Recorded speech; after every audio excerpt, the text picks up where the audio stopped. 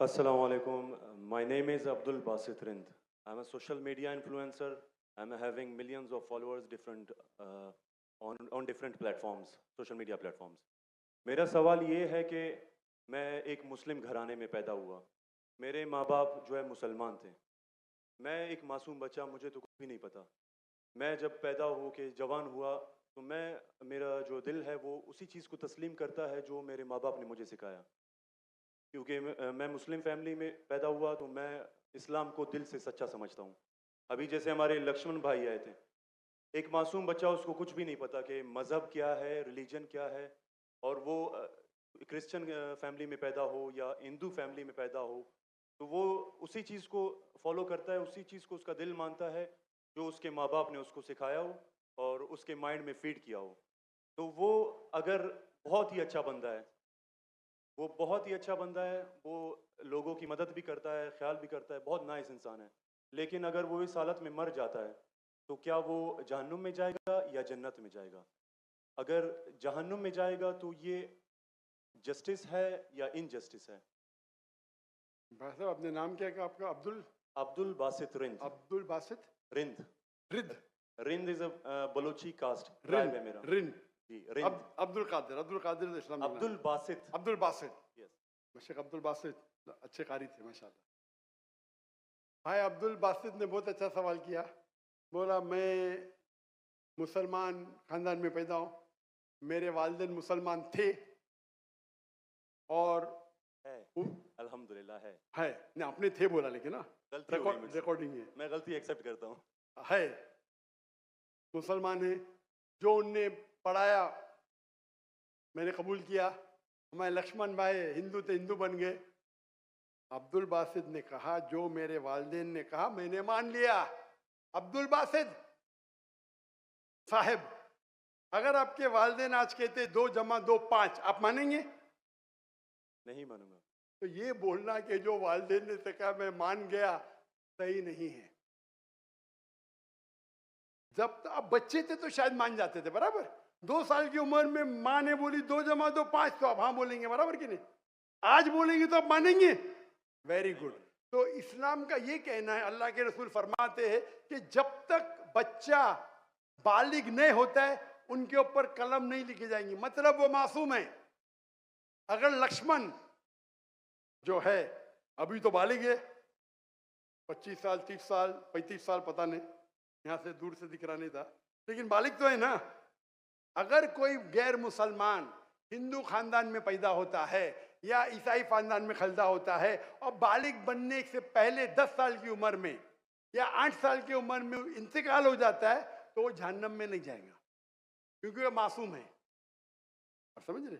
लेकिन एक इंसान जब बालिग हो जाता है तो उसके वो जिम्मेदार है, वालिद को दोषी नहीं ठहरा सकता है। आज की तारीख में मैंने आपसे पूछा, आपके वालिदैन बोलेंगे 2 जमा 2 5, आप मानेंगे? आपने कहा नहीं। उसका मतलब आज आपकी वालिद, आपके वालदा अगर कोई गलत कहेंगे, आपके पास होशो हवास आया, आप उसको कुछ बात में भी आप मान लेंगे गलत चीज को, लेकिन अक्सर गलत चीज को नहीं मानेंगे। आप अपनी वालिद से मोहब्बत करते, वालिदैन से मोहब्बत कर, उसका मतलब नहीं कि आप खिलाफ है उनके, लेकिन अभी आप बालिग बन गए, समझिएगा। तो ये बोलना कि क्योंकि वालिदैन, कुरान क्या आयत है, ये काफिर ये नहीं कह सकेंगे कि उनके वालिदैन काफिर थे, ये काफी नहीं है। कुरान क्या आयत है? तो उसका मतलब अगर बचपन में कोई बच्चे का इंतकाल हो जाता है, चाहे वो मुस्लिम खानदान से गैर मुस्लिम खानदान से, अगर बालिग नहीं होता है तो कलम उन पे नहीं चलती है, वो जहन्नम में नहीं जाएंगे। साफ है। एक बार बालिग हो जाते हैं, उनको इल्म हो जाता है, फिर इसीलिए अल्लाह के रसूल फरमाते हैं कि हर इंसान, हर बच्चा दीनुल फित्र में पैदा होता है। उसके बाद उसके वालिदैन, उसके टीचर उसको बुत परस्ती सिखाते, उसको आग की इबादत करना सिखाते, और वो बुत परस्ती करने लगता है। बच्चा है तो माफ हो जाएगा, बालिग हो जाता है, उसके बाद समझ आ जाती है, तो वो जिम्मेदार है। तो अगर एक इंसान बालिग हो गया 25 साल 30 साल की उम्र में, शिर्क करता है और उसका इंतकाल होता है, तो वो जिम्मेदार है। पहला मुझे ये कहने के लिए कह दो, क्या आप समझते खाली मुसलमान में पैदा हो गए तो जन्नत में जाएंगे? इस्लाम में जन्नत में जाने के लिए 4 चीज की जरूरत है, मैंने कह दिया। ईमान, अमल सालेहात, ईमान, राइचियस डीड, वतवासौ बिल हक, हक की तरफ बुलाओ और सब्र की तरफ बुलाओ। 4 चीज की जरूरत है। आप बहुत अच्छे इंसान होंगे, नमाज पढ़ते होंगे 5 टाइम, हज के लिए गए होंगे, रोजा रखते होंगे, लेकिन अगर आप दावत नहीं करेंगे तो आमतौर पे आप जन्नत में जाएंगे नहीं। अल्लाह ताला आपको माफ करने चाहता है और जन्नत में डालना चाहता है, वो अल्लाह की मर्जी, वो डाल सकता है, लेकिन आमतौर पे आप जन्नत नहीं जाएंगे। उसी तरीके से कई गैर मुस्लिम मुस्लिम बन रहे लाखों की तादाद में, और समझ रहे, तो लाखों की तादाद में गैर मुस्लिम इस्लाम कबूल कर रहे, वो जन्नत में जाएंगे कि नहीं? सर नहीं, सवाल जी जी जाएंगे कि नहीं? बिल्कुल जाएंगे। और एक आदमी आज अगर इस्लाम कबूल करता है, अल्लाह ताला के रसूल फरमाते हैं उसके सब गुनाह माफ। तो आपसे अच्छा मेरे साथ चाहोगे ना?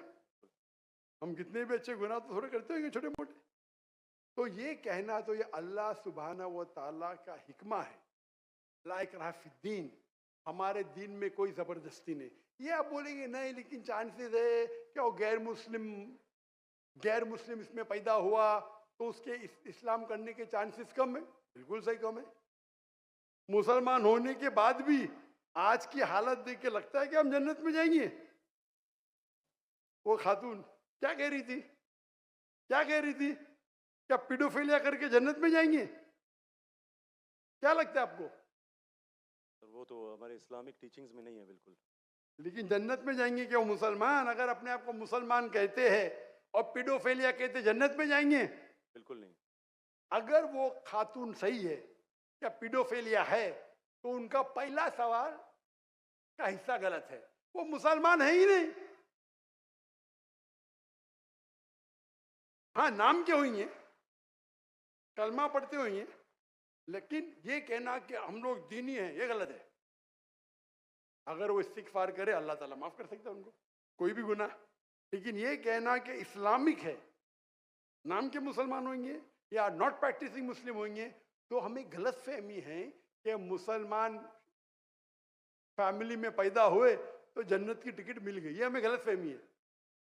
मैं भी जिद्द हो, मुझे भी पता नहीं मेरी जन्नत की टिकट है, इसीलिए मेहनत करता हूँ, रात रात जागता हूँ, दुआ करता हूँ अल्लाह ताला कबूल फरमाए। अल्लाह के रसूल हर रोज 70 बार इस्तिगफार करते थे। कितने बार? 70 बार। अल्लाह के रसूल सबसे बेहतरीन इंसान दुनिया में, सबसे बेहतरीन मुसलमान 70 बार इस्तिगफार करते थे। कहते थे कि मेरा रब जो मुझे इतने नियामत देता है, मैं जो कुछ करता हूं माफ करता है, मैंने इस्तिगफार करूं तो कौन करेगा? तो ये आज के हमारे माशरे में गलत फहमी है कि हम मुसलमान हैं तो बस जन्नत की टिकट मिल गई हमें, हम दुआ करते अल्लाह ताला में माफ करे। तो अल्लाह सुब्हाना व ताला अगर कोई गैर मुस्लिम पैदा होता है और बालिग बनने के पहले मर जाता है तो वो जहन्नम में नहीं जाएगा। बालिग बनने के बाद उसकी गलती है, ही इज रिस्पॉन्सिबल। आप जिस तरीके से बोलते हैं 2 जमा 2 5 में नहीं मानूंगा, तो वो क्यों मान रहे बुत परस्ती गलत है? और मेरे हिसाब से 2 जमा 2 5 और बड़ी गलती है बनिस्बत बुत परस्ती करना। समझ रहे? क्योंकि अल्लाह सुब्हाना व ताला हमारे खालिक, हमारे मालिक, जिसने इतनी नियामत दी हमें, हम उसका शुक्र अदा नहीं कर सकते। मैथ्स में गलती करना थोड़ी गुनाह है क्या? अगर कोई मुस्लिम 2 जमा 2 5 बोलेगा जन्म में जाएगा? हाँ बोलेंगे भाई इल्म नहीं है, मैथ्स में कमजोर है, बराबर कि नहीं? आप थोड़ी उसको मर्डर थोड़ी कर सकते, आप उसको नहीं कर सकते ना। तो कौन बड़ा गुनहगार, 2 जमा 2 5 कहने वाला कि जो बुत परस्ती करता है?